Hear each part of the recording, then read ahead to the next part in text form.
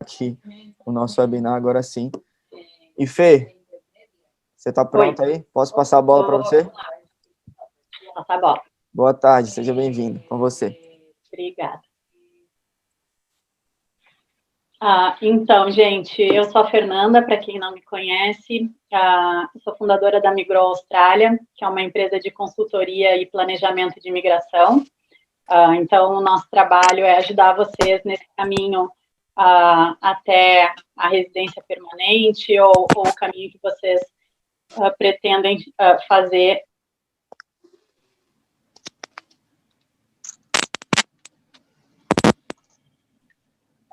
Sorry, Fê, sem querer eu mutei você, desculpa. Desmutei. Sorry. Então, bom, não sei até onde eu fui aí, mas... então, um dos vistos que a gente tem ouvido falar cada vez mais é os vistos de investimento e os business visa, né? Então, hoje a gente vai dar uma pincelada nesses vistos para vocês. São vistos que são atraentes, né, num primeiro momento, mas é importante entender, conhecer o funcionamento deles. São vistos um pouco mais complexos do que os skilled visas, né, que a gente já está mais familiarizado. Então, vamos passar algumas informações e algumas dicas, então, para vocês. Vamos lá. Edu, pode começar. Acho que essa parte pode passar também. Já falei. Então, aqui é só um resumo do que vem acontecendo, né? O budget do ano passado foi muito aguardado por todo mundo.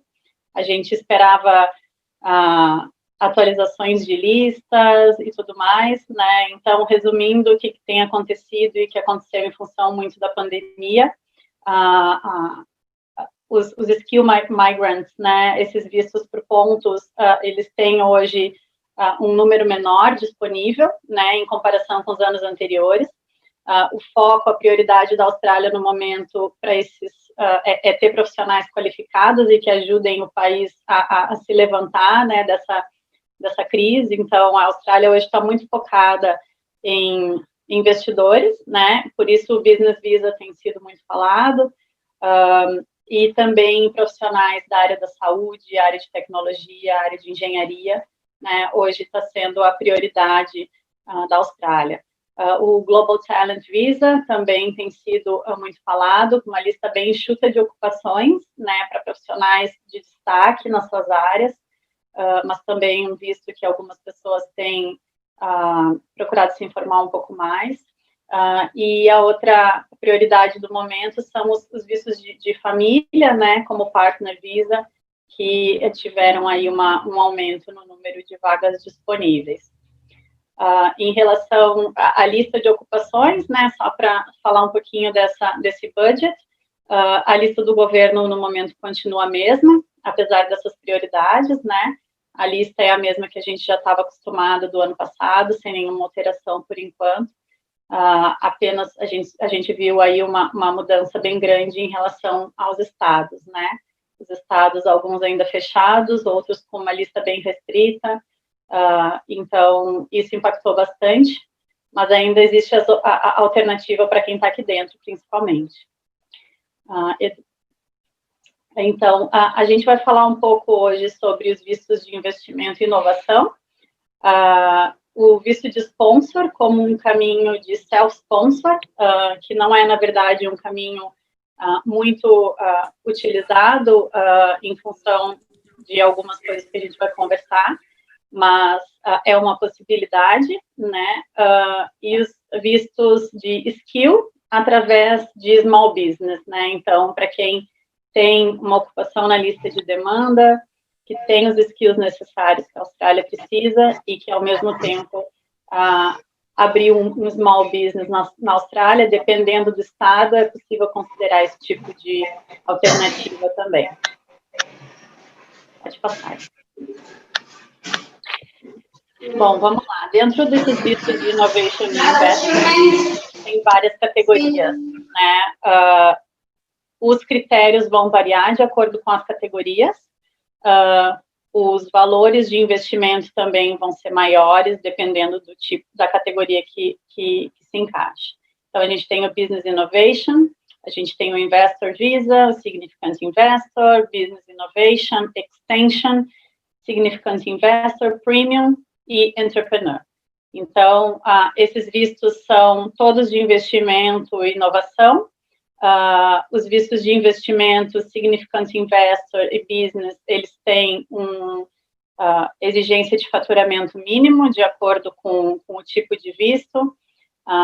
Alguns desses vistos funcionam também com um sistema de pontos, que não é o mesmo do visto de skill, mas também é preciso atingir uma pontuação mínima que envolve alguns outros critérios, idade, inglês, tempo de experiência, qualificação, né, e por aí vai.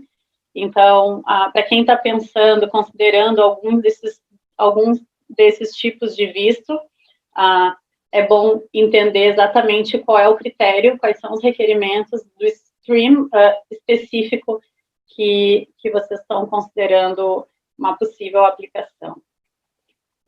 Pode passar, Edu. Bom, aqui são os requisitos básicos, né, para esse tipo de visto. Então, ele funciona também com uma demonstração de interesse, né? Então, assim como o Skilled Visa, vocês também vão fazer uma demonstração de interesse para o Departamento de Imigração, sinalizando que esse é o tipo de visto que vocês estão considerando. Vocês precisam de uma nomeação de algum estado da Austrália que esteja participando desse tipo de visto, desse tipo de programa, né? E vocês precisam receber o convite desse estado para fazer a aplicação desse visto. Então, existem os requisitos do Departamento de Imigração e existem os requisitos de algum estado específico que vocês possam escolher. Vitória, por exemplo, participa desse programa, South Australia e por aí vai. Né? Então, aqui em Vitória vão existir os requisitos específicos dos estados, e isso pode variar de estado para estado. Assim que vocês tiverem esse visto, ele pode ser uma porta para residência permanente. No primeiro momento, ele é um visto temporário, provisório, na verdade, que vai dar alguns anos de visto para vocês, de acordo com o tipo de visto, novamente, que vocês escolheram. Mas existe uma possibilidade de residência permanente se vocês continuarem atendendo os requisitos para uma possível residência no futuro.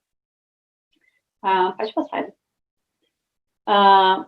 Bom, só falando um pouquinho mais sobre os vistos de inovação e de business, alguns pontos importantes para vocês saberem é que eles são vistos provisórios num primeiro momento, né? Então, diferente dos vistos de skill, que você já pode começar com uma residência permanente, esses vistos, eles funcionam um pouco diferente. Então, ele não vai ser residente permanente já de início, tá?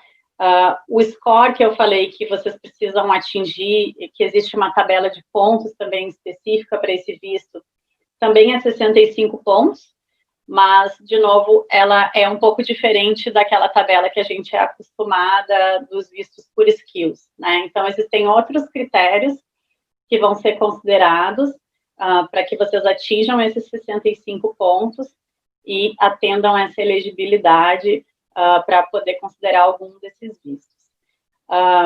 Um outro ponto importante é que vocês consigam demonstrar que vocês têm um business ativo, né, que está faturando um valor mínimo anual, né? Então, dependendo do tipo que vocês escolheram de visto para aplicar, né, dentre aqueles que eu mostrei ali atrás, vocês podem ter um faturamento diferente que vocês precisam confirmar por ano. O valor do investimento que vocês vão ter que dispor pode variar, desde $500 mil até 15 milhões, dependendo do stream de visto que vocês vão escolher. Então, normalmente, esse visto vai acabar ficando com investidores que têm um poder um pouco maior para fazer um investimento, né? Ou de repente, vocês têm sócios, né, tem um business, tem partners num business, então, vocês têm a possibilidade de comprovar esses assets em conjunto com o partner. Tá? Então, já facilita um pouco. Esses assets, eles são variáveis também de acordo com o tipo de visto, né? O menor que a gente tem é o visto de Business Innovation, né? Que seria o primeiro stream daqueles que a gente viu antes, onde o aplicante do visto tem que comprovar 800 mil, pelo menos. Tá? Esses vistos, assim como o visto de skill, eles precisam um nível de inglês mínimo para o aplicante. Para todos os streams, com exceção do visto de entrepreneur, o inglês mínimo é o Functional English, que é o 4,5 no IELTS, por exemplo, né? Então, é preciso comprovar isso também no momento da aplicação. E a idade máxima para aplicação desse tipo de visto é 55 anos, que aí difere do Skilled Visa, que a idade máxima é 45 anos. Um outro ponto importante é a comprovação da experiência e da qualificação relevante para esse tipo de visto, né? Como ele é um visto de business, é importante que a pessoa que está considerando aplicar esse visto tenha qualificação relevante, como um MBA, uma graduação em business, em finance. É preciso ter experiência adequada, e essa experiência ela vai ser conforme o tipo o stream que vocês estão escolhendo, ela pode exigir mais e mais, né? Então, é importante que vocês mostrem um background, mesmo que a empresa esteja iniciando, é importante, em função da pontuação, muitas vezes, de vocês comprovarem que vocês já têm essa experiência como um business owner, como uma pessoa que já está nessa área empreendedora, ou que já participou de elaboração de empresa antigamente, no passado, né? Então, isso é importante também. Um dos streams que a gente, que está sendo bastante comentado em função principalmente de área de tecnologia, de desenvolvimento, é o último que a gente viu, que é o de entrepreneur.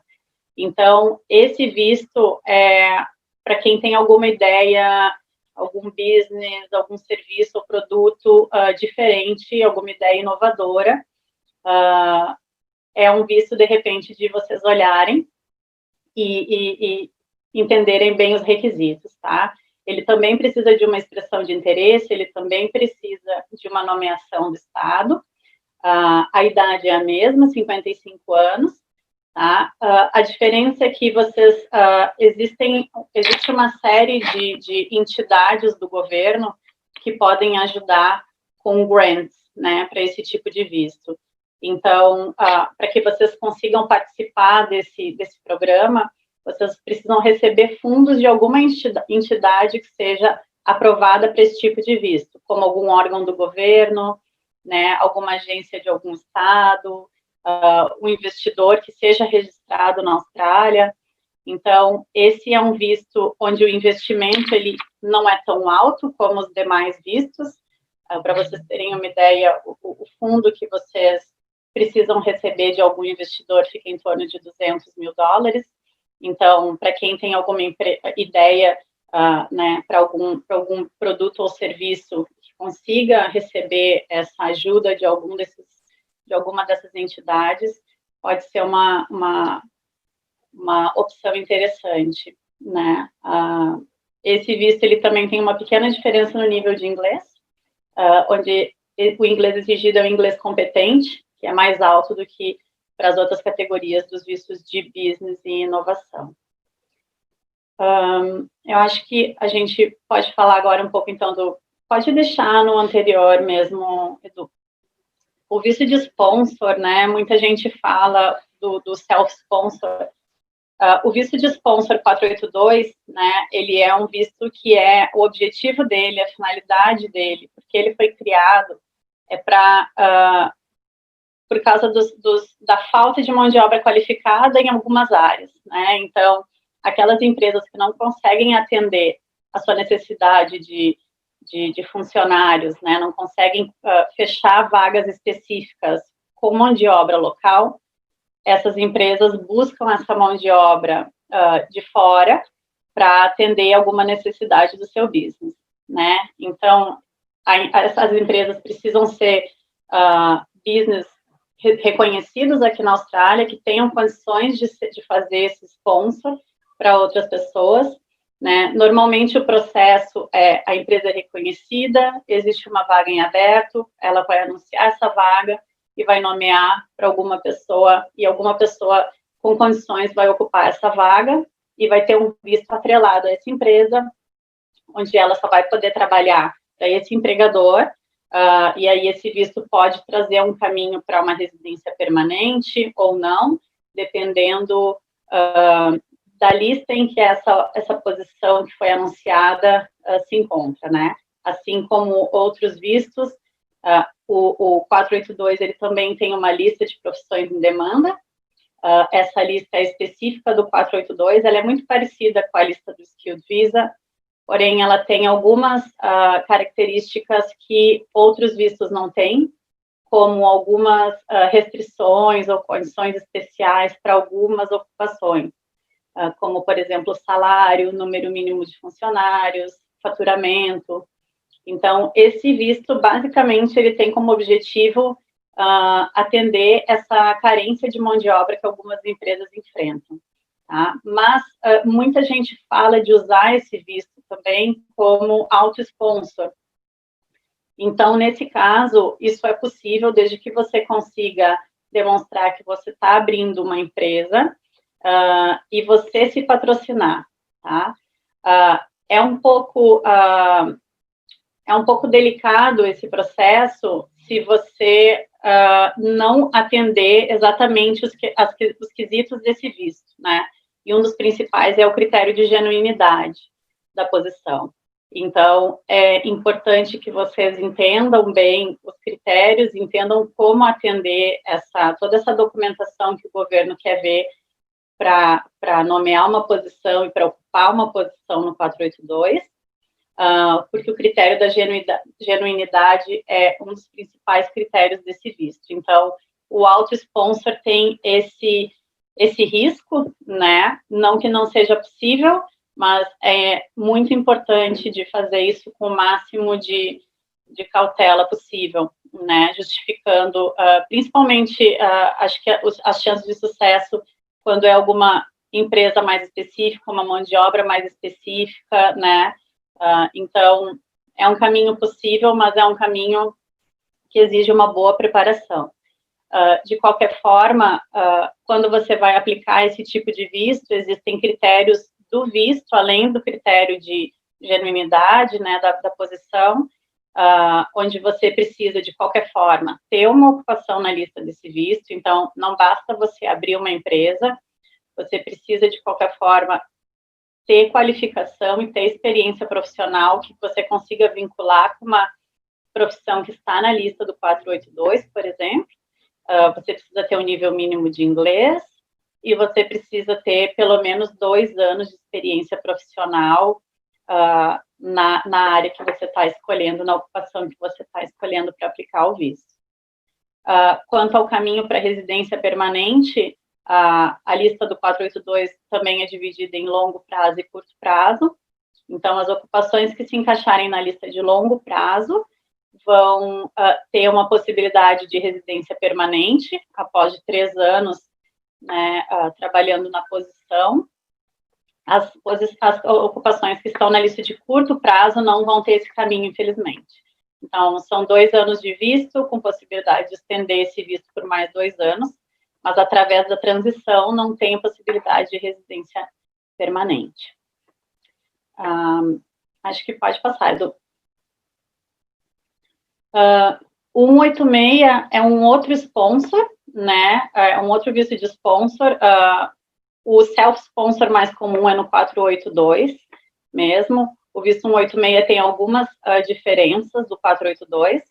Ele é um visto que ele começa na nomeação, né? Então, você precisa nomear uma posição, você precisa demonstrar genuinidade, né? E como, assim, tanto para o 186 quanto para o 482, demonstrar que não encontrou mão de obra local para atender essa demanda, para fechar uma posição em aberto, e por isso você está aplicando para trazer alguém de fora.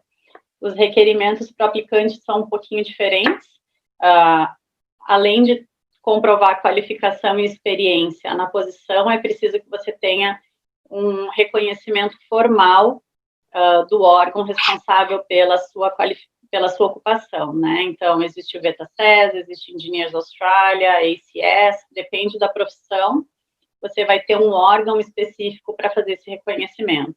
Isso é obrigatório para esse tipo de visto. O nível de inglês vai ser um pouco mais alto, que é um 6 no IELTS, por exemplo, e o tempo de experiência profissional exigida para esse visto também é um pouco maior, são 3 anos de trabalho full-time na área relevante, né, a ocupação que você escolheu aplicar.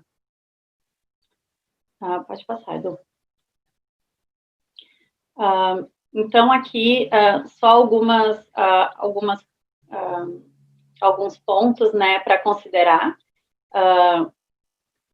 Isso a gente já sempre fala, né, cada caso é um caso, né, as condições são únicas para cada um, então é importante analisar a sua situação específica, as suas qualificações, os seus skills, né, o tipo de business que você tem, né, o tipo de investimento que você tem para fazer, e entender se realmente algum desses caminhos é viável no seu caso específico, né. É importante ter um business sólido, né, e uma experiência também sólida nessa área. É um visto de business, então é uma das coisas que a Austrália quer ver, né. Esse visto, ele traz benefícios para o país, com certeza, né, ele é importante demonstrar isso também, né, são criação de emprego, né, são skills que a Austrália está trazendo, gente qualificada que eles precisam, né, e abertura de mercado, né, que é super importante também. Como a gente sempre fala, hoje a imigração regional está sendo o carro-chefe, né, é onde a Austrália está apostando, eles querem trazer esses profissionais qualificados para outras áreas, tirando um pouco a concentração de Sydney, Melbourne e Brisbane, né, que por muitos anos foi a primeira opção de muita gente, então o mercado aqui saturou um pouco, né, na verdade, em termos de imigração, então, considerar uma área regional é uma boa alternativa, vale a pena considerar. Existem incentivos nas áreas regionais, né, tanto desde da parte do estudo até a parte de imigração, né, então, é muito importante conhecer business locais, né, conversar com essas pessoas, contato, networking, isso ajuda, né, quanto a sponsor, ter pessoas australianas trabalhando no business, isso é importante, eles querem ver, né, então até mesmo para um caso de um self-sponsor ou alguma empresa que queira trazer, não seja self-sponsor, mas que queira sponsorar alguém de fora, né, quanto mais gente local trabalhando, mais forte a gente consegue evidenciar que essa é a prioridade do business, né, e que num caso isolado ou num caso onde realmente não existe a mão de obra local, ela está trazendo esse profissional de fora, tá? Uma outra coisa importante é quanto à comprovação, né, do que você está dizendo, do que você está alegando nas aplicações. Então, uma coisa que a gente vê acontecer com frequência é em relação a como comprovar, principalmente experiência profissional, né? Então, isso é uma coisa para vocês se atentarem até para o que vocês, para hoje, como vocês estão aqui na Austrália. A gente sabe de todas né, todos os poréns, mas a experiência profissional, ela só vai ser considerada se ela for comprovada, né, para qualquer visto. Então, isso é importante.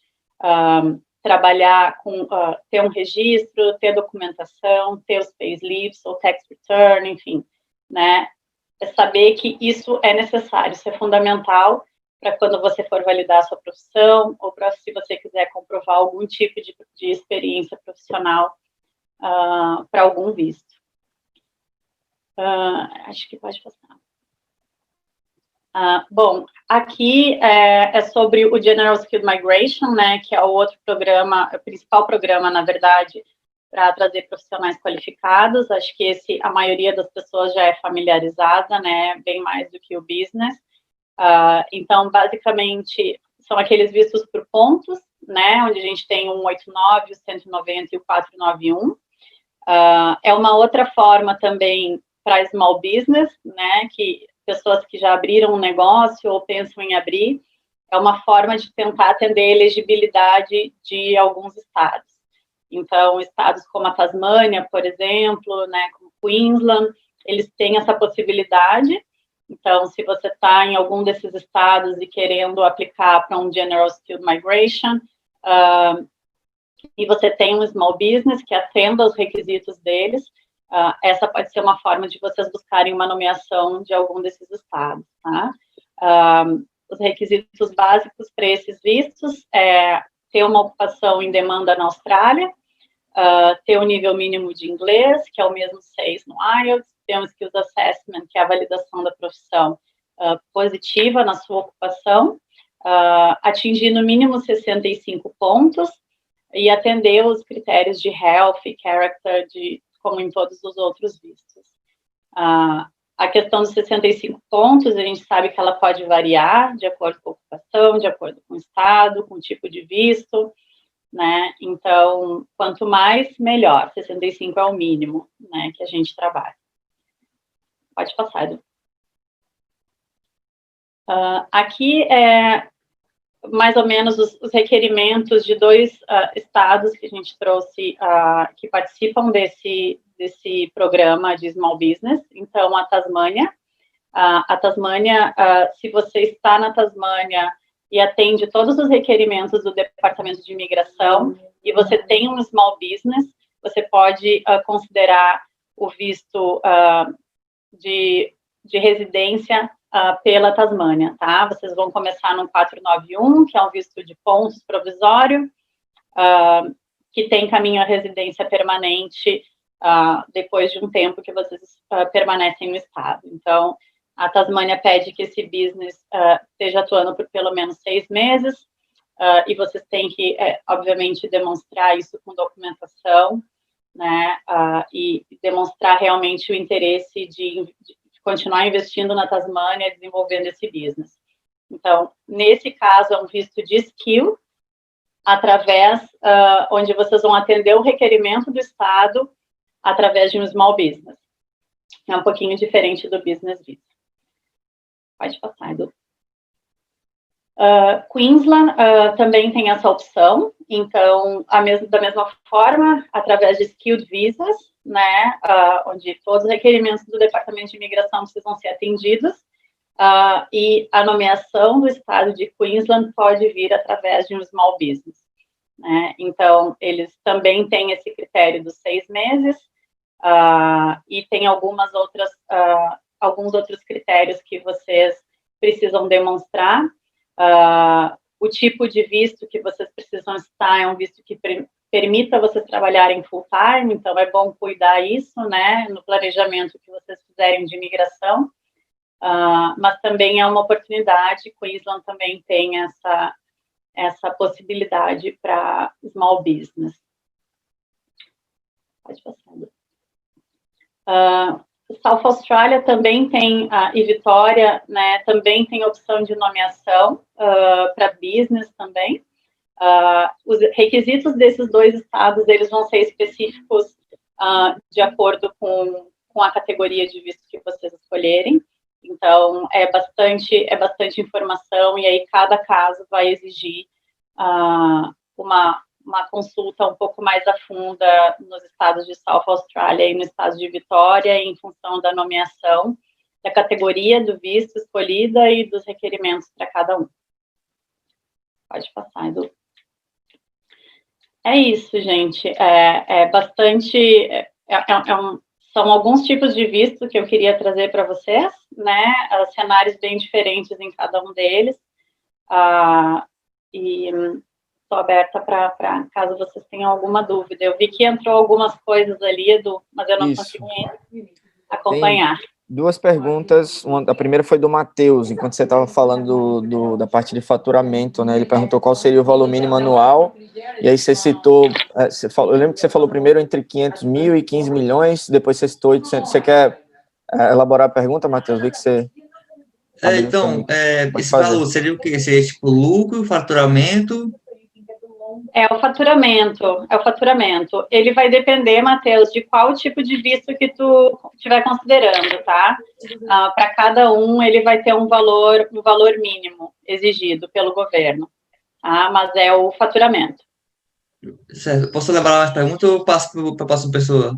Se você tiver mais alguma pergunta, pode fazer. Pode fazer. Tá. Varejo está incluído, no caso, quem tem um varejo aqui. Teria que dar uma olhada exatamente no tipo de negócio, qual é a atividade, né? Tem alguns business que eles não entram, tá? Nesse negócio. Então, para mim te dar uma resposta um pouquinho mais acertada, assim, o legal seria, de repente, entender um pouco mais do teu caso. Mas, por exemplo, pensando como small business, né, por um visto de skill, poderia ser uma opção. Não sei de onde tu está falando, é Melbourne mesmo? Para Melbourne, varejo é mais complicado, tá? Vitória, eles têm uma exigência que fica mais voltada para a área de tecnologia, área de pesquisa, de inovação. Então, se for varejo, simplesmente uma loja ou algo assim, fica mais complicado de se encaixar nesses vistos de inovação e investimento. Certo. No caso, sendo varejo online, tá tirando Melbourne, né? Supondo, sei lá, do Tasmânia, outro estado. Varejo online, tem alguma restrição quanto a isso?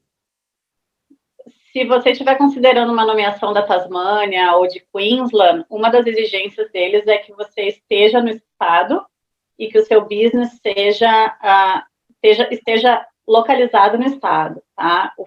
Ele tem que ser registrado num desses estados. Então, se você estiver morando, querendo aplicar para Tasmânia, por exemplo, mas estando em Melbourne, aí possivelmente eles não vão aceitar a nomeação. Certo. Tá bom. Beleza? Obrigado. Tá bom? E tem uma pergunta do Diego, acho que é Diego, J. Diego. Qual a diferença entre o 482 e o 188? Pensei que receber investimento de alguém se encaixaria no 188. Receber investimento de alguém, sim, se encaixa no 188, tá? Seria, no caso, se você está como visto de entrepreneur, que a gente falou, né? Quando você recebe investimento, por exemplo, de uma agência, de um órgão do governo, de um investidor registrado, né? Esse é o visto, esse cai entre os vistos de business e inovação, tá? O 482 é um visto de sponsor, onde você vai, a possibilidade aqui, já que a gente está falando de business, seria como self-sponsor. Nesse caso, a ideia desse visto é diferente da ideia do 188. O 188 é visto de investimento e inovação. O 482 é um visto para atender uma necessidade de profissões que estão em demanda numa lista específica, né? Então, é um pouquinho diferente. Tá, o Matheus tem mais uma pergunta? Pode falar, Matheus. Tá. No caso, eu tenho um escritório virtual, né? Que, tipo, tem um endereço aqui em Melbourne, na CBD, que eu posso usar como endereço da minha empresa, sabe? Uhum. Que eu pago por mês, né? Para ter, tipo, um escritório virtual, recepcionista. Uhum. No caso, eu poderia transferir esse escritório virtual para qualquer outra cidade que tem na Austrália, né? Que tem, a empresa tem sede, né? No caso, Queensland, Tasmania, né? No caso, sabe se teria alguma restrição quanto ao escritório virtual, endereço virtual, assim? Olha, eu vejo mais, é importante ver, daí, dependendo do estado, mas é preciso que tu tenha uma sede, por exemplo, muitas vezes tu até pode usar, vamos dizer que teu escritório seja num cowork, tá? Que não é só um escritório teu, Isso, justamente. Mas ele tem um espaço localizado numa cidade, né? Então, é importante que tu consiga demonstrar essas coisas na hora de fazer essa nomeação, tá? Então, onde teu escritório está localizado, tua empresa, né? Quem é que está recebendo esses impostos da tua empresa, né? Então, qual é o estado, ABN, aí a Carla também acho que vai poder falar um pouquinho melhor sobre essa questão contábil, de registro, né, de faturamento e tudo mais, e aí foge um pouquinho da minha expertise, mas é sempre bom estar o mais vinculado com o estado possível, né, com o estado que você escolher. Por isso que essas empresas virtuais, esses business online, é bom ter um pouquinho mais de atenção, né, para ver se o estado vai aceitar como sendo uma empresa local. Porque no caso, eu tenho um espaço co-work, né? E aí eu poderia transferir para outro estado, né? Entendeu? Se tu estiver operando a tua empresa, por exemplo, na Tasmânia, né, que é um estado que é uma possibilidade de tu aplicar como small business, e tu conseguir demonstrar que tu está na Tasmânia, operando a tua empresa lá, né, pelo tempo mínimo, aí é possível que eles aceitem. Tá. Obrigado. O Marcelo levantou a mão também. Marcelo, você tem alguma pergunta? Sim, boa tarde. Boa tarde. Fernanda, por favor. Eu tenho duas questões. Um investimento, um business em franquia, seria considerado um business válido para se enquadrar nisso? Franquia depende do stream, tá? Depende do tipo da franquia também que você está considerando. Mas existe, então, a possibilidade de você escolher uma franquia boa para você comprar uma representação e abrir um negócio? Teria que ver melhor a possibilidade, qual o tipo de franquia, mas é possível, dependendo do tipo, tá? Não pode ser qualquer tipo de franquia, qualquer tipo de business. E depende do estado também, né? Da regra do estado. Isso, exato. Tá certo. E, normalmente, quando você tem esse visto, é estendível automaticamente para a família inteira, não é só para você, você pode trazer a família. Pode ter mais pessoas incluídas no teu visto, exatamente. Na hora da aplicação, tu pode incluir partner e dependente. Ok. Então tá, obrigado, hein? De nada. Beleza, e tem uma pergunta aqui do Thiago Mizutani. Para ser considerado, eu teria que abrir o negócio na Tasmânia, por exemplo, e estar morando no mesmo momento, ou eu poderia abrir agora morando em Melbourne e depois me mudar para lá para aplicar? Você precisa atender o requisito, o teu business precisa estar atuando há mais de 6 meses na Tasmânia, tá? E no momento que tu for aplicar, tu precisa estar morando na Tasmânia também, tá? Então, o mais recomendado para evitar qualquer mal entendido na hora da tua nomeação é que tu esteja já no estado em que tu está tentando nomear, né? Mas o que conta é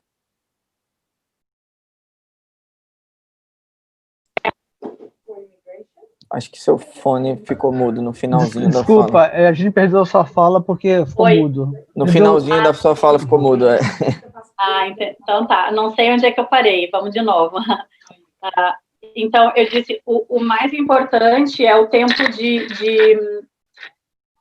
vida, digamos, do seu negócio, né, na Tasmânia. Então, isso é preciso que ele esteja operando lá por pelo menos 6 meses. Mas é preciso também que quando você for tentar a sua nomeação, você tem que estar fisicamente na Tasmânia, tá? A gente sempre recomenda tentar alinhar as duas coisas, né? Estar na Tasmânia enquanto está operando o business. Mas, claro que às vezes nem sempre é possível, né? Mas, então, são duas coisas que é importante cuidar. E a pergunta do Diego aqui, como funciona uma consulta one-on-one? Consulta especializada com a Migrow.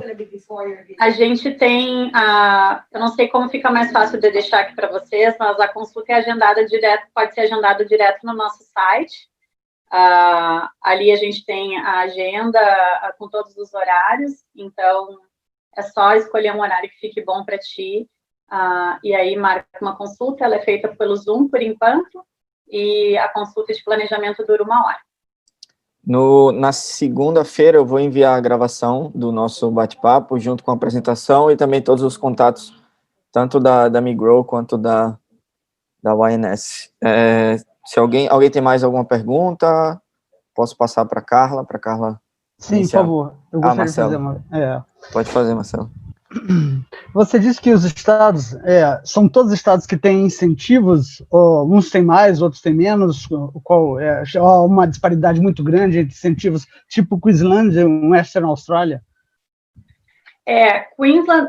Queensland tem mais incentivos, por exemplo, tem mais opções, né? Tem essa questão do small business, né? Que não são todos os estados que têm. A Tasmânia também tem esse incentivo que outros estados não têm, né?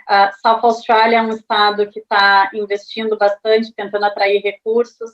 Então, a Vitória também está oferecendo incentivos para business, né? Para o 188. Então, cada estado pode variar o incentivo também de acordo com o tipo de investimento, né, com o valor do investimento que vai ser feito, tá? Mas tem diferença de estado para estado. E esses estados, eles ajudam no estudo de viabilidade do seu negócio, quando você vai procurá-los? Desculpa, não... Nesses estados, eles ajudam no estudo de viabilidade de negócios? Tu diz no teu business plan? Exato. Uhum. Entendi. Olha, eu não sei te dizer exatamente como funciona em cada estado a questão da análise do business plan, tá?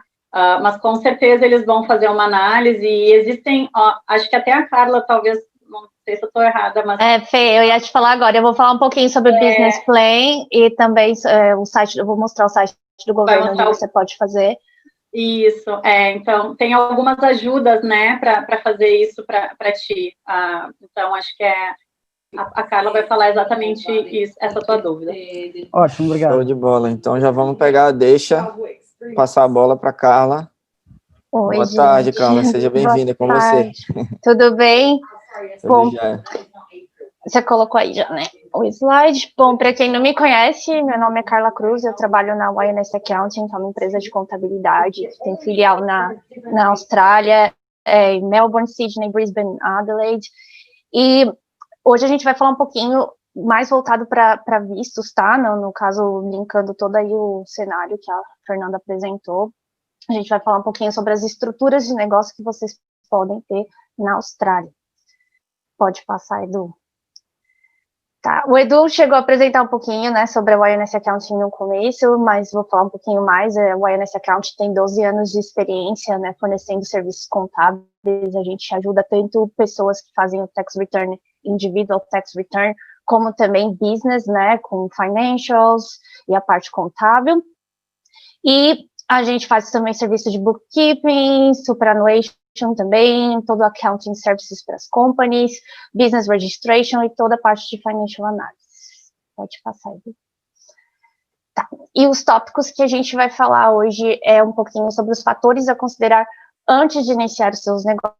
Eu vou falar um pouco sobre o business plan, eu vou falar sobre cada estrutura de negócio que vocês podem ter na Austrália, quais são os tipos de licenças e registros que vocês podem ter, e eu vou tentar linkar o máximo possível com o que a Fernanda falou, e a Fernanda também, se você quiser me interromper e lembrar de algum visto que você falou para linkar com o meu assunto também, perfeito, tá? E todas as listas de requisitos que a empresa precisa ter, os recursos, e também sobre os grants, que a Fernanda falou bastante sobre os grants que são oferecidos pelo governo, que são as concessões, né, quando o governo te dá aquela ajuda, aquele incentivo. E um pouquinho também sobre as incubadoras das startups. Pode passar. Aqui eu só deixei uma frase que a gente gosta bastante de usar, que é: se você falhar no seu plano, você vai planejar para falhar. Então, né, if you fail to plan, you are planning to fail. Você tem que ter um plano de negócio, você tem que ter um business plan. Por que você tem que ter um business plan? Porque o business é uma coisa séria, é um negócio, você está investindo num negócio, não é simplesmente você trabalhar para uma empresa que está te pagando seu salário mensal, então você está investindo todo o seu dinheiro naquela carreira, naquele negócio. Então, o business plan, ele é muito importante. O que o business plan faz? Ele vai te dar toda a estrutura de como seu negócio vai seguir, né? Você, como dono da empresa, você vai avaliar onde você vai operar, a localidade também, qual é o target, né, quem são as pessoas que você quer atingir ali, onde vai ser o seu comércio, qual tipo de atividade. Então, toda essa parte de plano de negócios é muito, muito importante. Pode passar, Edu. E aí, nessa página que eu coloquei aqui do governo, é a página sobre como faz um business plan. Você pode sim fazer o business plan por conta própria, mas não é algo muito simples de fazer, né? Requer estudo, requer pesquisas, você precisa ir bem a fundo no que você quer operar, em qual tipo de atividade, o ramo de atividade que você quer operar. Então, é muito importante que, se você for fazer mesmo o business plan por conta própria, que você tenha esse conhecimento e tenha esse tempo para você investir no business plan. O business plan, ele não é só importante para você saber toda a estrutura que você vai operar, ele também é importante, por exemplo, se você quiser aplicar para esses grants do governo, se você quiser, né, que alguém invista na sua empresa, que tenha investimento, você tem que mostrar o seu business plan. Né? Então, isso é muito importante. Se você não tem a capacidade de fazer sozinho, às vezes não tem tempo de pesquisar e entrar a fundo nessa parte, você pode também consultar um business advisory, existem empresas que te ajudam. Então, nesse site do governo, você também consegue localizar quem são esses business advisors, escritórios que são credenciados com o governo, tá? Depois eu posso até pedir para a Andréia, ou então o Edu, a gente copia esse link e manda para vocês, tá? Mas esse é o site do governo. E também sobre as estruturas de negócios que a gente tem disponível na Austrália, né? Então, hoje a gente tem a Sole Trader, a Partnership, a Company e a Trust, né, para quem, acho que o pessoal aqui é mais familiarizado com a Sole Trader, né, que muitos estudantes abrem o ABN, e quando abre o ABN, abre como Sole Trader. A Partnership é mais conhecido como uma sociedade, né, tem que ter mais de uma pessoa operando. A Company é a mesma coisa que uma ideia de uma companhia limitada do Brasil, né, aqui a gente chama de PTY, e tem a Trust, que é um pouquinho diferente, então eu vou explicar uma por uma os benefícios e linkar 100% com a parte de imigração. Pode passar aqui. Tá. A Solo Trader, ela é a forma mais simples de você ter um negócio, né? Ela funciona como se fosse um microempreendimento. Então, a pessoa que tem um ABN, ela vai ser um Solo Trader, então você vai ter o seu próprio tax file number, você vai ter seu ABN, e caso a sua renda auferir 75 mil bruto, você tem que se registrar o GST. Um pouquinho mais para frente eu vou explicar o que é GST, mas só por cima, assim, GST é um imposto que você é obrigado a pagar na Austrália quando você tem um business e quando você ofere essa renda anual de 75 mil bruto. Tá? Mas eu não vou falar um pouquinho muito de Solo Trader, não vou aprofundar muito, porque o Solo Trader, para fins de imigração, ele não é uma possibilidade. Tá? Então, não pode usar esse tipo de estrutura. Então, eu não vou aprofundar tanto. Pode passar, Edu. Obrigada. Tá, partnership, como eu falei no começo ali, é uma sociedade, tá? Então, você tem que ter mais de uma pessoa operando. Então, você pode, às vezes, com um amigo, com uma pessoa da família, ou com seu partner, você pode criar um business, né? E as duas pessoas vão estar ali operando a partnership. A partnership não paga impostos, quem paga são os donos da empresa, né? Então, vamos supor que eu tenha 50%, a Fê tem 50% da empresa, então quem vai pagar impostos somos nós duas, no nosso tax individual, né? E todo o lucro da empresa vai ser distribuído, 50 para a Fernanda, 50 para mim, a gente paga impostos em cima desse valor, tá? Então, é uma ideia legal, né? Porque você pode, às vezes, pegar o seu investimento de uma outra pessoa e junto para poder montar um business, né? E o limite é de 20 pessoas para partnership. A partnership tem um ABN próprio, tem um TFN próprio, também pode se registrar o GST, tá? Pode passar, Edu. Só que para fins de imigração também não pode ser utilizado somente se o aplicante não é um dos parceiros. Por quê? Porque a partnership, ela não é uma entidade legal separada de você, assim como a Solo Trader, né? Então, você responsável ali pelos débitos da empresa. Se alguma coisa acontecer, os donos que são responsáveis pelos débitos da empresa. Então, a gente chama disso que é uma entidade legal não separada do indivíduo, tá? A empresa não vai responder por ela sozinha. Quem responde são os donos, tá? Então, por causa disso, você não pode se aplicar um visto para os donos, né? A não ser que os donos contratem alguém, né? Se você for um funcionário, os donos contratem alguém, paga o salário tudo certinho, sponsora a pessoa, né? Aplica o visto para o funcionário. Nesse caso, você poderia, né? Mas para fins de imigração mesmo, ele não é utilizado. Pode passar, Edu. Eu só preciso tirar a minha câmera da frente da tela que tá... Peraí, desculpa. Tá. Aí essa é a company, que a company, pra gente, a gente fala que é a mais recomendada para fins de imigração, tá? Ela é uma entidade legal separada da pessoa, né, desculpa, ela é uma entidade legal, que ela é uma pessoa jurídica totalmente separada do aplicante, do visto, né, então, ela é uma estrutura que ela precisa de acionistas, né, então, quando geralmente é uma pequena empresa, quando é pequena empresa, geralmente o acionista e o diretor, eles são as mesmas pessoas, porque você precisa de acionista, assim como vocês também precisam da pessoa que dirige a empresa, a pessoa que administra, que são os diretores, tá? Então, geralmente, quando a empresa é pequena, são as mesmas pessoas, não precisa ter um diretor e os acionistas, né? Mas a grande maioria das vezes pode ser que seja acionistas e diretores. E a company, ela é registrada, ela é regulada pela ASIC, né, que é o órgão que regula todas as companhias, só que a ASIC é parecida com a junta comercial no Brasil, tá? Então, quando você vai se registrar, você tem que se registrar com a ASIC, e também é um pouquinho mais caro para operar, e ela tem mais, porque ela é regulada pela ASIC, tem mais requisitos para você conseguir operar a company, mas para fins de imigração, ela é a mais recomendada. Aqui é muito importante, por exemplo, que se a pessoa quer ser sponsorada, o ideal é que não seja o acionista da empresa, que aí entra naquele fator que a Fernanda falou de genuinidade, onde a gente pergunta se realmente a pessoa é separada da empresa que está contratando ela, né? Então entra muito nesse assunto. Então, por isso que é importante você verificar antes de você fazer esse tipo de aplicação. Mas a company, nesse caso, é a mais indicada. Pode passar, Edu. E antes de eu entrar nesse assunto da parte de por escrito, de economizar tempo, eu queria também falar que para a company, que é muito importante, acho que muitas pessoas elas não sabem, você não precisa ter um australiano para operar uma company, tá? Uma company, ela pode ser operada por uma pessoa que não é australiana, só que a company em si, ela entra no mesmo fator de residência, na mesma ideia legal de residência que a ATO, que é a Australian Taxation Office, também tem. Então, a ideia qual é?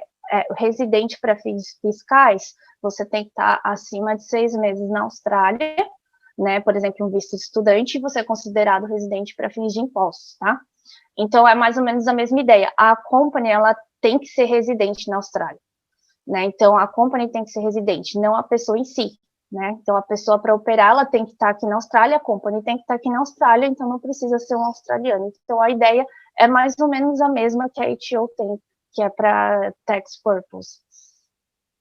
E essa parte de que a gente deixou aqui somente o aconselhamento aos sócios de qualquer tipo de parceria que você tiver com acionista, com investidores e com sócios, é bom que que isso seja feito por escrito para economizar tempo, esforços e custos, né? Porque tudo que você for fazer, se você quiser conseguir um grant do governo, se você quiser conseguir um empréstimo, qualquer coisa que você quer fazer, ou então aplicar mesmo visto, né? Você precisa de provas. Então, todo acordo que você tiver, a gente aconselha que vocês façam por escrito, tá? Porque isso são provas, isso pode te ajudar legalmente. Pode passar, Edu. Tá, aqui eu deixei o bom e o ruim de ter uma company, tá? Como eu tinha falado, a company, ela é uma estrutura mais complexa, então ela é uma estrutura que requer mais licenças e registros para operar, é uma estrutura que é mais cara de operar, apesar dela ser uma estrutura ótima, então ela tem uma taxa de imposto fixa de 27,5, né? Então esse é um imposto que uma company paga. Então, essas são as coisas assim que você tem que levar em consideração quando você vai abrir um negócio, né? Porque o custo de abrir uma company, por exemplo, é 990, o custo de abrir uma partnership é 250. Então, vai ficar nesse impasse, porque o valor é muito alto. Fora isso, você tem que pagar pelas licenças, né?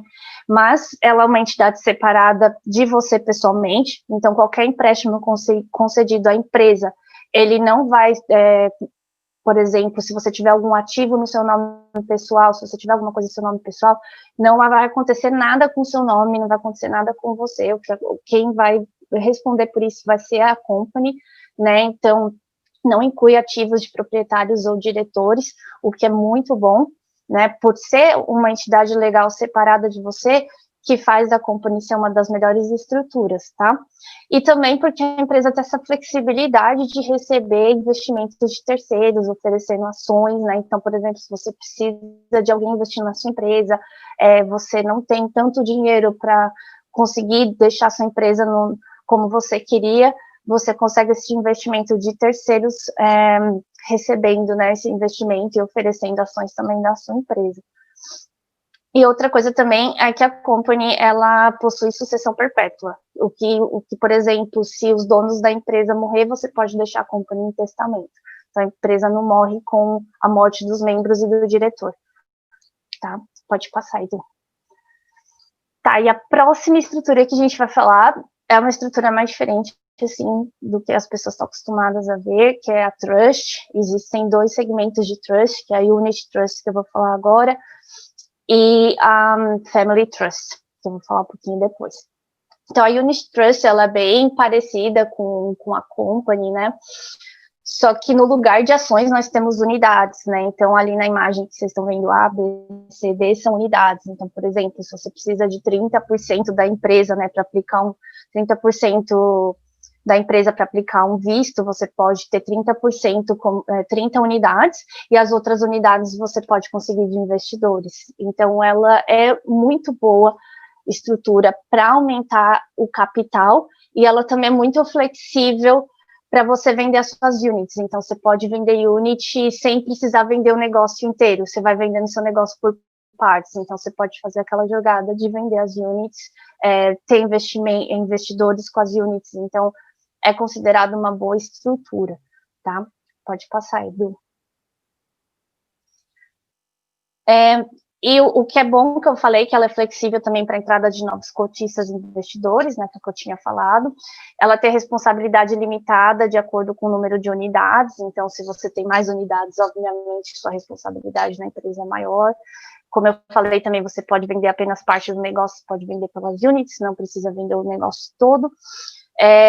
O que é ruim é que a parte burocrática para você ter uma unit é que você precisa ter uma escritura, que a gente chama aqui de Deed of Trust, né, e essa escritura tem que ser feita por um advogado, com assistência de advogado, então acaba saindo um pouco mais caro, e também as perdas não podem ser distribuídas, então se a trust tem perda, ela permanece na trust.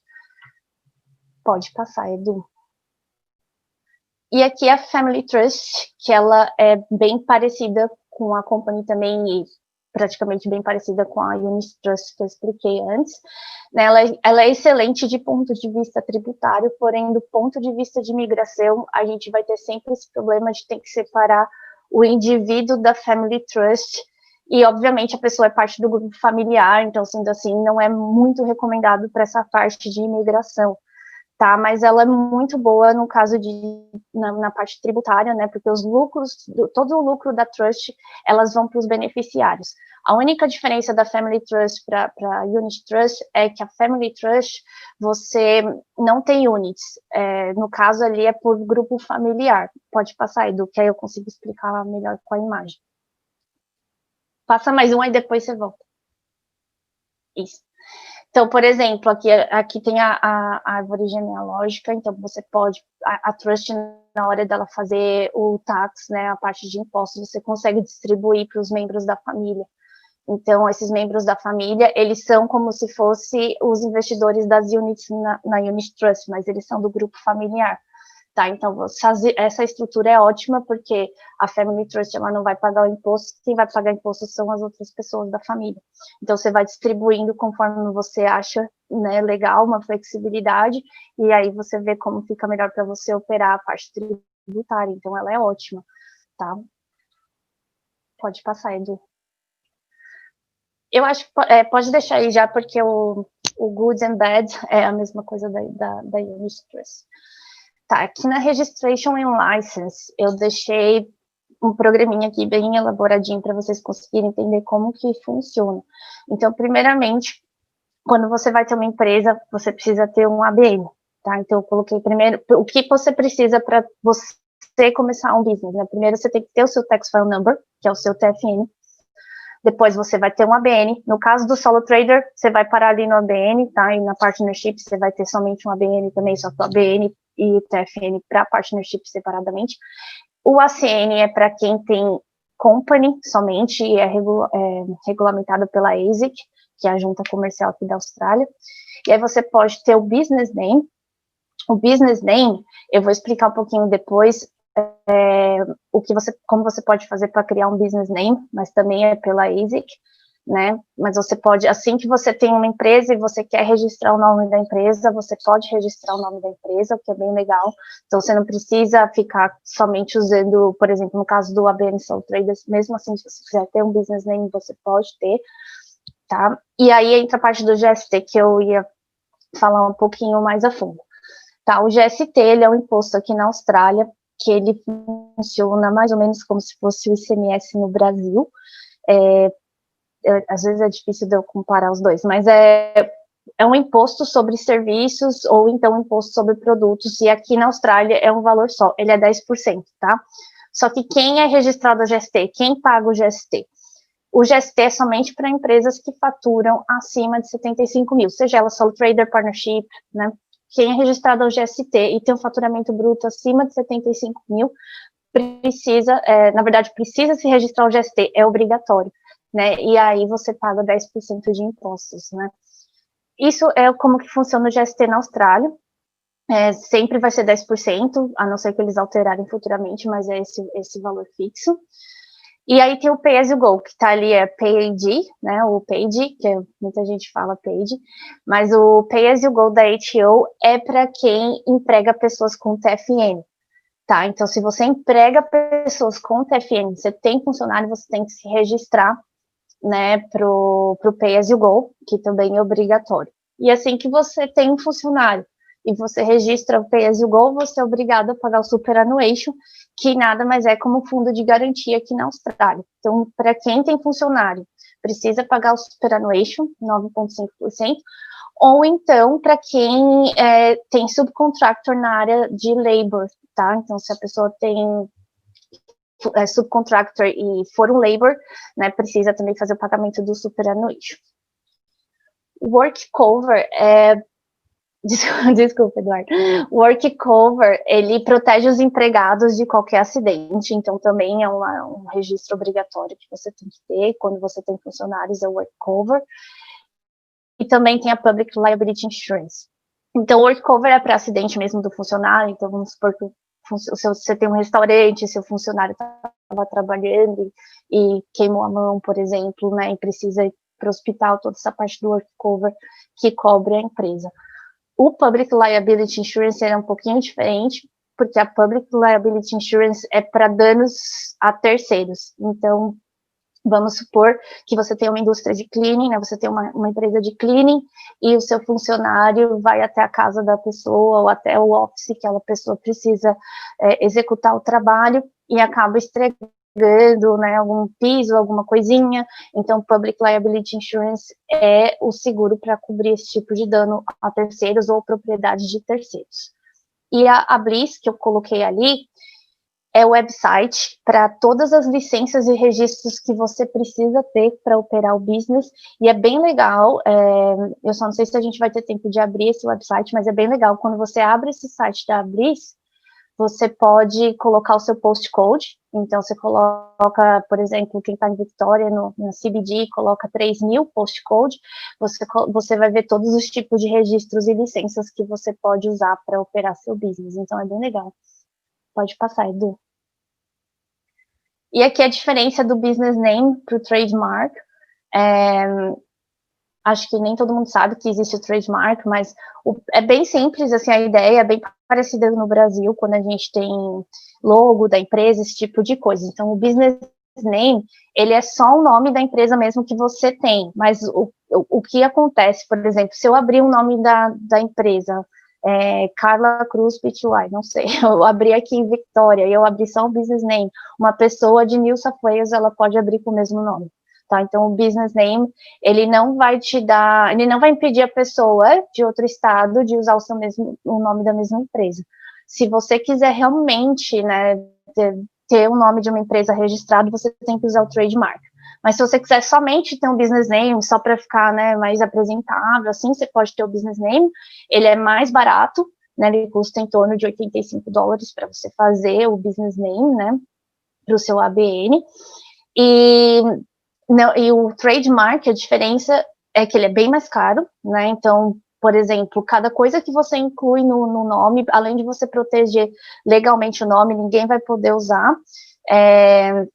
Quando você registra um trademark, você pode registrar o logo da empresa, você pode registrar a cor que você quer. Então, vocês estão vendo assim, o West One que está roxo, o umzinho está verde, todas essas cores, o logo da West One, tudo isso registrando como trademark, ninguém poderia usar. Só que cada coisinha que vocês vão incluindo no logo sai mais caro, né? Então não tem um valor fixo, né? Quanto mais você vai, né, acrescentando no trademark, mais caro fica, né? Então, para quem quiser verificar o quanto que sai, você pode fazer isso com auxílio de um profissional, ou você pode entrar no site da IPA. É só digitar no Google IPA Austrália, porque é o site do governo, mas qualquer coisa também posso deixar para vocês darem uma verificada. Pode passar, Edu. E aqui é muito do que a Fernanda estava falando sobre os grants e programs que o governo ele oferece, né? Então tem esse site do business.gov.au, grants and programs. Todos esses grants são concessões que o governo pode oferecer para business, tá? Então, de acordo com o seu postcode, você pode entrar nesse site, colocar seu postcode, colocar lá, por exemplo, postcode 3000, vai aparecer todos os grants and programs que a Austrália está oferecendo no momento, porque isso vai mudando toda hora, que nem, por exemplo, quando entrou o Covid, teve bastante grant mesmo, só que a grande maioria era oferecido para australiano, né, e também para business que empregam pessoas, né, então foi a grande maioria ali da época que teve o auge do Covid, né, que foi entre março e novembro, que foi ali a parte mais tensa pra gente, né, então esses grants foi mais oferecido para pessoas que estavam empregando, né, para quem estava dando emprego para australiano, né, para poder ajudar a economia e ajudar as pessoas, né, a manterem os empregos. Pode passar, Edu. Então aqui eu vou deixar só uma ideia mais ou menos assim de como vocês podem ver quantos grants tem, o que vocês podem fazer. A Fê falou muito disso no final, sobre network, sobre conversar com pessoas que têm business, né? Então, por exemplo, a B2B Expo é um seminário, agora em 2021, vai ser 22, 23 de abril, mas eu acredito que isso vai ser online, eu não sei como que tá, mas acredito que vai ser online. Então, para vocês que estão começando um business, é sempre bom vocês terem, né, esse network. Então, eu deixei ali esse seminário para vocês darem uma olhada. Chama B2B Expo Seminar. Pode passar, Edu. Peraí, minha tela de novo está em cima. Só um minutinho. Esse é o Accelerate Commercialization, né?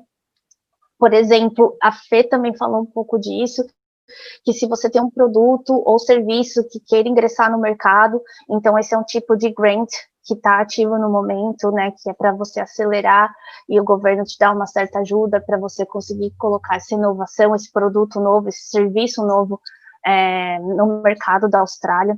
Então é um tipo de grant também, o site a gente vai deixar para vocês. Pode passar, Edu.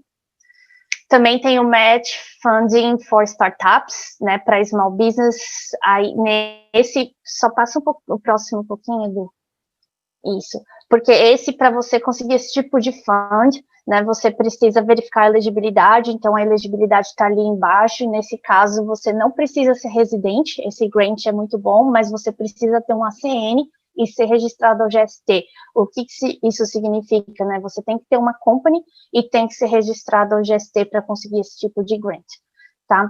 Lembrando que, como a Fê falou também no começo, a maioria dos grants, a maioria da ajuda do governo mesmo, são para as ideias inovativas, são para quem quer empregar australiano, quem quer gerar mais empregos aqui, melhorar a economia do país. Então, quando esse tipo de tecnologia, investimento, inovação é envolvida na Austrália, o governo, eles ajudam bem mais, tá? Esse é o Export Market Development. Esse grant é mais para quem quer exportar, tá? Então, para quem quer fazer algum tipo de exportação de produto, você pode verificar nesse site da AustrAid.gov, né? Que esse site ele vai te falar todos os grants que você poderia ter se você quiser trabalhar com um tipo de exportação.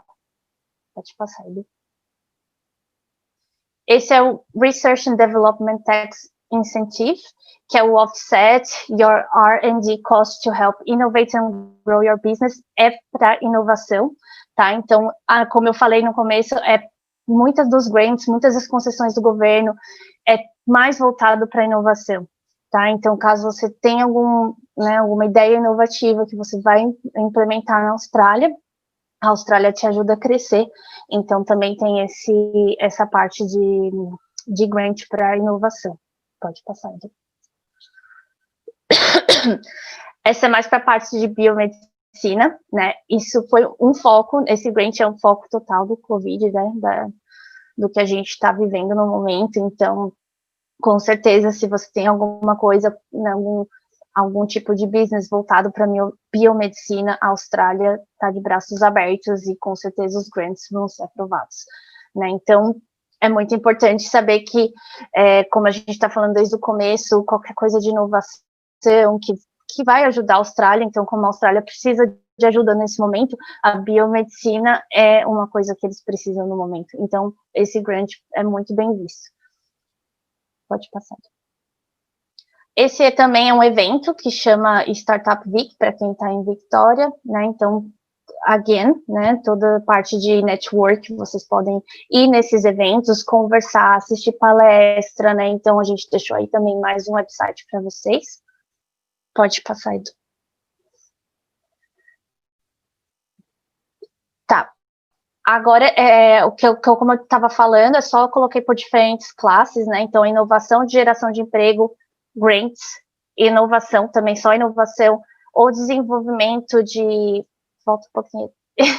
Ou desenvolvimento em locais específicos. O que seria esse desenvolvimento em locais específicos? Área rural, área que foi sofrida por bushfire, né? Qualquer desenvolvimento em local que é mais assim, não tem tanto acesso, né? Que a gente chama das regionais também. Qualquer desenvolvimento nesse tipo de local, os business, é muito bem visto, então os grants são mais oferecidos do que, por exemplo, na cidade de Melbourne, né? Então, é bom vocês entrarem naquele site que eu coloquei ali no começo de grants, que vocês conseguem colocar o postcode do local e verificar todos os grants que o governo oferece, principalmente nesses locais. Então, se você está pensando em operar num local mais específico, fora de Melbourne, você pode entrar lá, colocar o postcode de onde você quer operar o seu negócio e conseguir verificar quais tipos de grant que eles estão oferecendo. E aqui, até eu queria a participação da Fê aqui nesse slide, eu não sei se a Fê ainda está aí, mas é sobre o Venture Capital, que a Fernanda falou sobre o visto, acho que é o 188, que é o Entrepreneur. Isso. Isso, essa parte se aplica para isso, então, né, se você vai aplicar para o visto de Entrepreneur, você tem esse Venture Capital, que é o fundo, e você tem essa ajuda do governo para esse tipo de visto. Eu não sei se você quer acrescentar alguma coisa, Fê, sobre isso.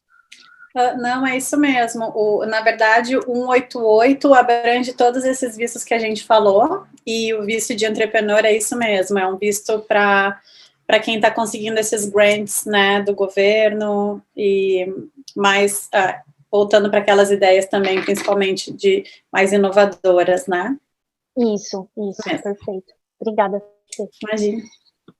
E aí depois a gente só deixou aqui as partes das incubadoras, então vamos supor que você tenha uma ideia inovativa, uma startup, você quer levar nessa incubadora, porque as incubadoras elas servem para isso, elas te ajudam a você acelerar um pouco o seu business, né? Então às vezes você uma ideia, né, não sabe como desenvolver, então as incubadoras são para isso. A gente deixou todos os websites de incubadora. O que é legal também é que, por exemplo, você pode tanto levar sua ideia, como você pode investir numa ideia. Então, os investidores, eles vão em incubadoras, eles vão nesses locais para ajudar a investir, entendeu? Então, se você às vezes quer investir, você pode também, ou então se você quer levar sua ideia também, você pode, né? Assim como no Venture Capital que eu estava falando para o outro visto, né? Que você também pode ajudar investimento, né? É a mesma ideia. Mas esse aqui é mais para startup, para ajudar a crescimento. Pode passar, Edu, aqui, é só deixar os sites, depois a gente vai deixar com você o nome de todas, em Vitória, em Queensland, West Australia, South Australia e Tasmânia. E chegamos ao fim. Eu espero ter ajudado a todos. A Fê foi maravilhosa também. Edu, muito obrigada. A gente vai deixar aqui o contato para vocês. Se tiverem alguma dúvida, pode deixar aqui, eu não sei, abre o microfone. Essa é a hora. Perguntas e respostas. Se alguém tiver alguma pergunta. O Matheus está com a mão levantada. Matheus, você tem alguma pergunta? Ou alguém tem alguma... Então... pode fazer. Acho que eu não tenho mais, não. Acho que eu... Já acho que eu mesmo copiei a coisa aqui. Tranquilo. Matheus, foi você com que eu falei uma vez? Foi. Ah, foi. Tá. Eu tava desconfiada que era você. Eu falei, não tenho certeza. Foi. Quando é que você volta pro Office? Eu vou falar com você. A gente ainda não tem uma programação certa para voltar, mas a gente está voltando aos poucos. Aí qualquer coisa você me fala, porque eu tô indo pro escritório uma vez por semana, a gente não tá querendo aglomerar muitas pessoas, mas qualquer coisa, se você precisar, a gente agenda lá no escritório também. Tá bom. É uma pergunta da Daisy, na caixinha de mensagens. O visto 188 precisa conseguir o grant antes ou após? Ou não tem algum critério nesse sentido? Ele é parte do requerimento do visto. Então, antes. Ou seja, tem que vir Isso. Antes. E ela acabou de falar isso. O grant é um pré-requisito, sim. Isso, exatamente. Mas achei bem legal isso. A gente às vezes não tem ideia do quanto de grant, né? Eles oferecem muita coisa, muita opção. Mas óbvio que tem os pré-requisitos, devem ser bem específicos para cada estado, para cada cidade, mas é muita opção, né? Vai que uma delas se encaixa. A Daisy falou, então precisa conseguir um grant para conseguir ser elegível. Oi, exatamente. Sempre que é um requerimento para o visto, a gente precisa estar com isso pronto antes de tentar a aplicação. Joia. Mais alguma pergunta? Se alguém tiver, pode abrir o microfone ou pode mandar por mensagem, que a gente passa para vocês. Já agradecendo, o Diego abriu o microfone. Você tem alguma pergunta, Diego? Só fazer uma pergunta aqui para Fernanda. Claro. Geralmente, quando eu estou falando, por exemplo, dos vistos de Skilled Visa, você tem que conseguir os pontos e mostrar interesse e torcer para ser chamado cair na chamada, né? Isso. Nesse visto 188, você também falou que tem o mesmo processo de mostrar interesse. Isso. Mas é tão incerto quanto o Skilled Visa, ou seja, você fica rezando para ser chamado, ou é mais consistente, sendo cobrindo todos os requerimentos e conseguindo comprovar, é uma coisa mais certa de ser um processo mais garantido? Olha, Diego, não tem garantia também, tá? Quando você faz a expressão de interesse, ela ainda vai para análise, né, e análise do Estado também, que você solicita a nomeação. Então, pode dar certo ou pode não dar, né? Teoricamente, quanto melhor for o seu cenário, mesmo caso do Skilled Visa, mais chances você tem de conseguir mais rápido. Mas, no momento da expressão de interesse, a gente não tem garantia, né, do que vai acontecer. Entendi, obrigado. E até é importante frisar também sobre a parte contábil e financeira, porque você precisa ter um histórico financeiro, a gente precisa ter um histórico financeiro, por exemplo, para mostrar, tanto para o banco, para empréstimo, tanto para grants, né, para qualquer tipo de visto, né, você precisa ter esse histórico, mostrar que você está ali, né, tendo esse faturamento. Então, é importante que a parte contábil, a parte financeira seja bem certinha, né, muito bem apresentada, porque a gente escuta muitos estudantes, eu trabalho no cash, eu não estou declarando, mas o ponto nisso é isso, né, você não tem o que demonstrar depois, se você precisa de um empréstimo, você precisa aplicar num visto de investimento, você não tem essa parte de comprovação, né, você não tem nada declarado.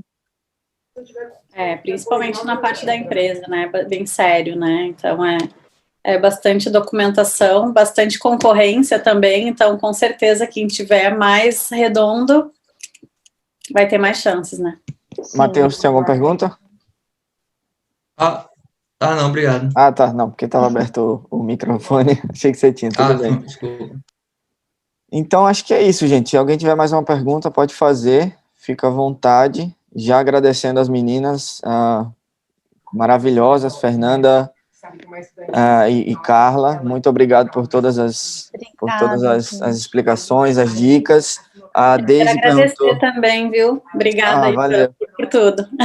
Não consegui também, muito obrigada pela parceria com a Fernanda, com a West One, muito bom, gente, foi muito bom mesmo. Convido vocês a nos seguirem no Face, no YouTube, no Twitter, no Instagram, pesquisa lá por West One Melbourne, Perth, Sydney, Adelaide, Gold Coast.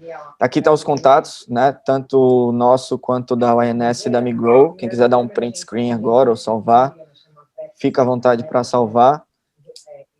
Mas a Deise perguntou aqui se eu vou enviar, se a gente vai disponibilizar a gravação. Sim, vamos disponibilizar a gravação e a apresentação, tudo certinho para vocês, na segunda-feira, quando estivermos de volta do fim de semana, eu envio para todos vocês. Vou até ver se a Andrea tem os links, né, porque eu só deixei o print das telas, eu quero mandar os links. Eu acho que sim, estão linkados, eu tinha a opção de abrir aqui os links, então acho que estão linkados lá na apresentação. Perfeito.